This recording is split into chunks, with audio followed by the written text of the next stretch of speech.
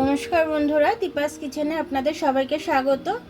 আজকে খুব বৃষ্টি পড়ছে, তার জন্য ভাবলাম একটু বিকেলবেলা স্ন্যাক্স টাইপের কিছু একটু পকোড়া টাইপের করে নিই।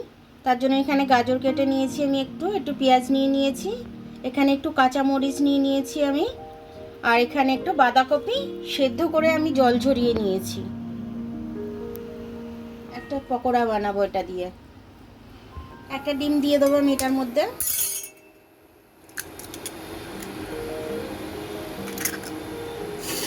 এর মধ্যে একটু গোলমরিচের গুঁড়ো দিয়ে দেবো আমি, চিলি ফ্লেক্স দিয়ে দেবো,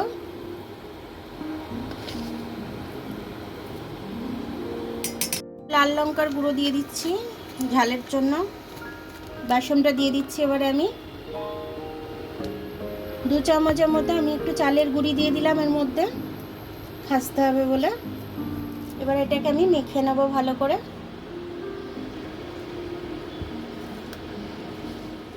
বেসন যদি আর একটু লাগে তো আমি দেবো, অনুযায়ী একটু নুন দিয়ে দিলাম।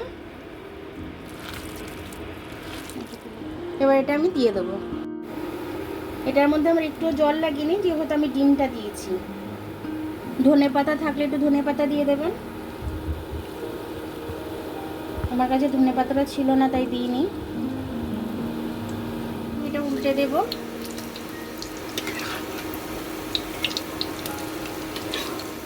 এক পিঠ উল্টে দিলাম আমি, ধিমি আছে ভাজছি আমি, যাতে ভেতর থেকে ভাজাটা হয়।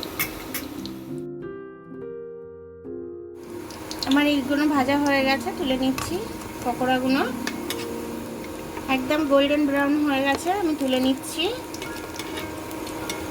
দেখুন আমার স্ন্যাক্সটা তৈরি হয়ে গেল।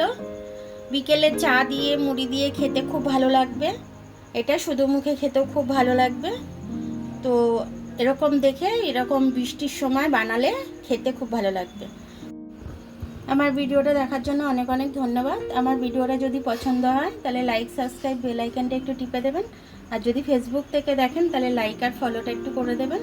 আবার কাল দেখা হবে নতুন রেসিপির সাথে। ততক্ষণ আপনারা ভালো থাকবেন, আমি আসছি।